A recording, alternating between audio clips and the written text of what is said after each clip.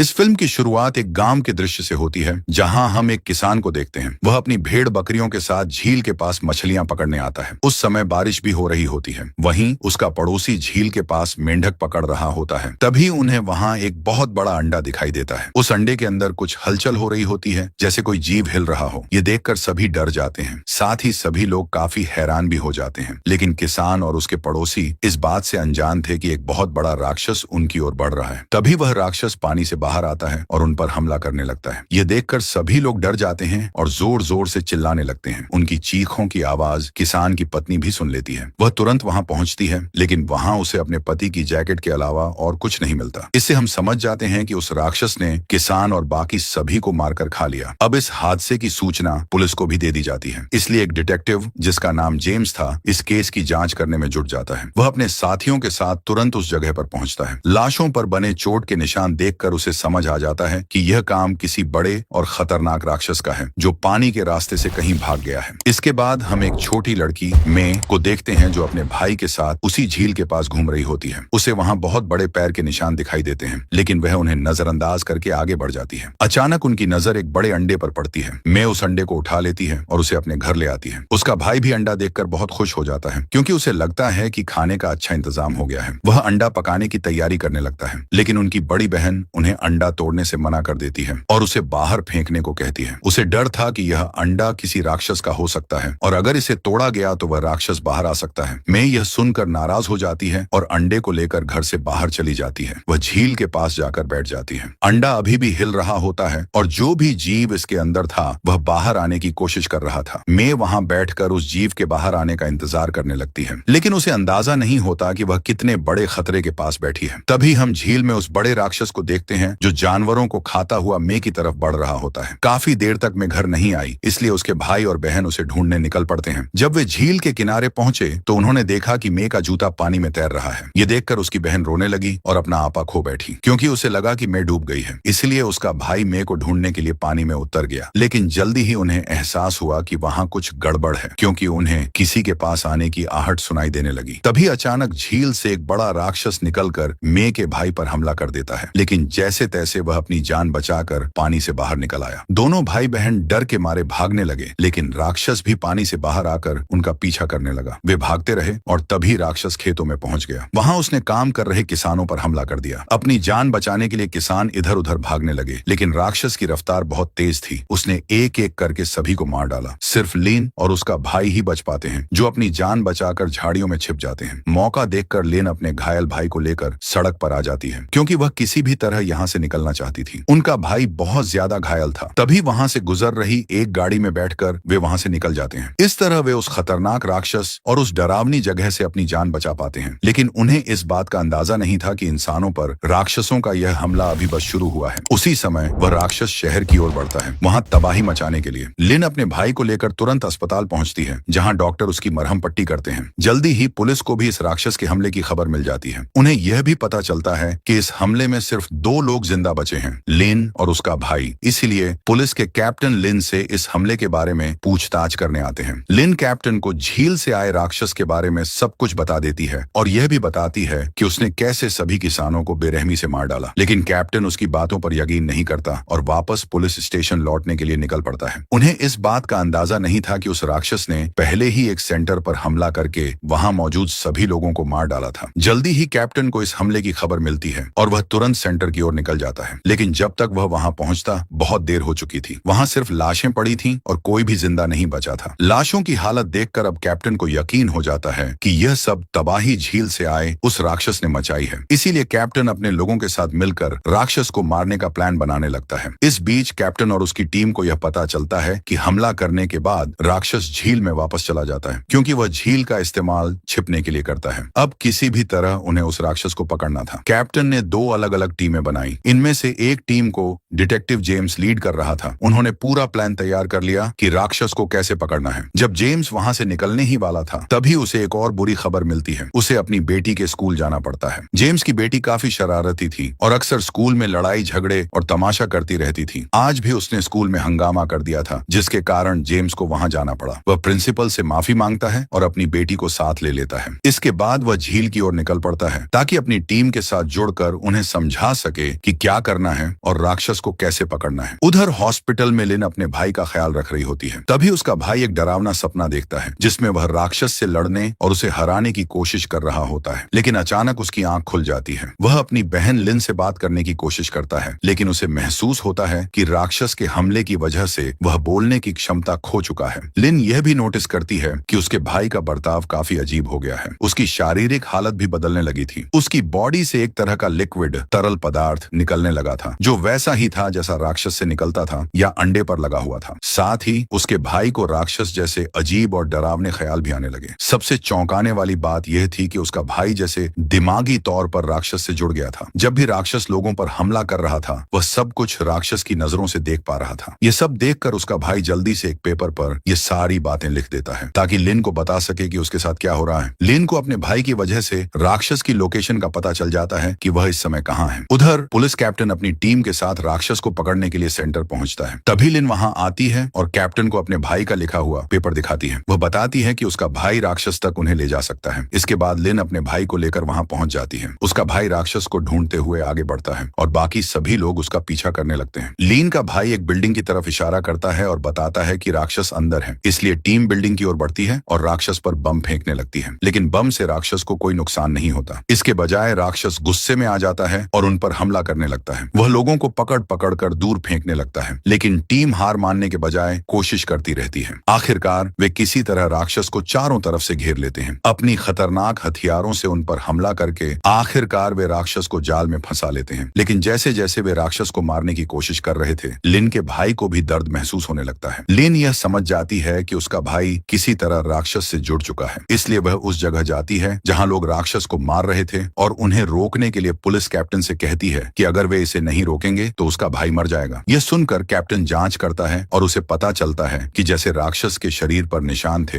वैसे ही निशान लिन के भाई के शरीर पर भी बने हुए हैं। अब कैप्टन के पास राक्षस को सिर्फ पकड़ने का ही एक तरीका बचता है। उसे मौत से बचाने के लिए वह राक्षस को अपनी गाड़ी में लॉक कर देता है और अपने साथियों को कहता है कि राक्षस पर नजर रखें। लेकिन बाकी लोग नहीं चाहते थे कि राक्षस को जिंदा छोड़ा जाए, इसलिए उन्होंने पुलिस को चारों ओर से घेर लिया और राक्षस को मारने की मांग करने लगे। इससे जाहिर है कि लिन के भाई की जिंदगी को भी खतरा था। डिटेक्टिव जेम्स अपने साथियों के साथ झील की दूसरी तरफ पहुंचता है जहां उन्हें एक बहुत बड़ा अंडा मिलता है। साथ ही उन्हें वही बड़ा पैर का निशान भी दिखाई देता है। इससे वे समझ जाते हैं कि यह निशान झील के राक्षस का है जो दूसरा बड़ा राक्षस हो सकता है और अब भी पानी में होगा। इस पैर के निशान का आकार बहुत बड़ा था, जबकि पहले वाला राक्षस जो तबाही मचा रहा था उसका पैर इससे छोटा था। इसलिए जेम्स को यह समझ में आता है कि यहाँ सिर्फ एक नहीं बल्कि कई सारे राक्षस हो सकते हैं। तभी उन्हें एक सर्वाइवर के बारे में खबर मिलती है जो राक्षस के हमले से बच गई थी। वह सर्वाइवर कोई और नहीं बल्कि लिन की बहन थी। उसे देखकर डिटेक्टिव जेम्स काफी हैरान और परेशान हो जाता है, क्योंकि वह सोचता है कि वह इतने समय तक राक्षस के सामने रही लेकिन राक्षस ने उसे अब तक क्यों नहीं मारा। साथ ही उसके पास राक्षस का अंडा भी था जिसे वह घर से लेकर भागी थी। इसके बाद डिटेक्टिव जेम्स अपनी गाड़ी में बैठ जाता है और वह लेक में कुछ बहुत बड़ी चीज को नोटिस करता है जो अगले ही पल उनके सामने आ जाती है। यह दरअसल वही सबसे बड़ी राक्षस थी और पैर के निशान इसी का था। जो राक्षस शहर में तबाही मचा रहा था वह इस राक्षस का साथी था। उसे देखते ही टीम गोलियां चलाने लगती है। गोलियों की आवाज सुनकर डिटेक्टिव जेम्स भी वहां आ जाता है, लेकिन वहां उसे कोई भी नहीं दिखता। सिर्फ गाड़ियों पर लगा हुआ खून ही वह देख पाता है, यानी उस बड़ी राक्षस ने सबको मार डाला था। तभी उसकी नजर सामने बैठे एक ऑफिसर पर पड़ती है जिसने गाड़ी में छुपकर अपनी जान बचाई थी। और तभी अचानक वह विशाल राक्षस वहां आ जाता है जो और भी ज्यादा खतरनाक लग रहा था। उसे देखकर जेम्स गाड़ी के पीछे छुप जाता है, लेकिन फिर उसे एहसास होता है कि उसकी बेटी भी गाड़ी में है। इसलिए वह रेडियो के जरिए अपनी बेटी से संपर्क करता है और उसे चुप रहने के लिए कहता है। तभी उसकी बेटी की नजर अंडे पर जाती है जो हिल रहा था। जैसे ही अंडे को विशाल राक्षस देखता है वह भी इस दिशा में आने लगती है, क्योंकि यह अंडा उसी का था। यह देखकर जेम्स की बेटी डर जाती है और शोर मचाने लगती है, लेकिन मैं उसे शांत करवाती है। दोनों बहुत डर गई थी। विशाल राक्षस गाड़ी की खिड़की के पास आकर उसे टक्कर मारने लगता है ताकि वह अपना अंडा ले सके जो चुराया गया था। टक्कर मारने की वजह से दोनों की जान मुसीबत में फंस गई थी। यह देखकर जेम्स को अपनी बेटी की फिक्र होने लगी और वह बिना सोचे समझे सामने आकर राक्षस पर गोली चलाने लगता है। इससे राक्षस को गुस्सा आ जाता है और वह अपनी दुम से जेम्स पर वार करती है, जिससे वह पानी में गिर जाता है। यह देखकर बचा हुआ ऑफिसर जेम्स की मदद करता है और उसे पानी से बाहर निकालता है। साथ ही वह गैस टैंक को भी गाड़ी से बाहर निकालता है, जबकि राक्षस अपना अंडा वापस लेने में व्यस्त होती है। जल्दी ही वह खिड़की का शीशा तोड़ देती है, लेकिन जेम्स की बेटी गाड़ी के अंदर ही थी। इससे पहले कि राक्षस उसे मार पाती, ऑफिसर उसकी तरफ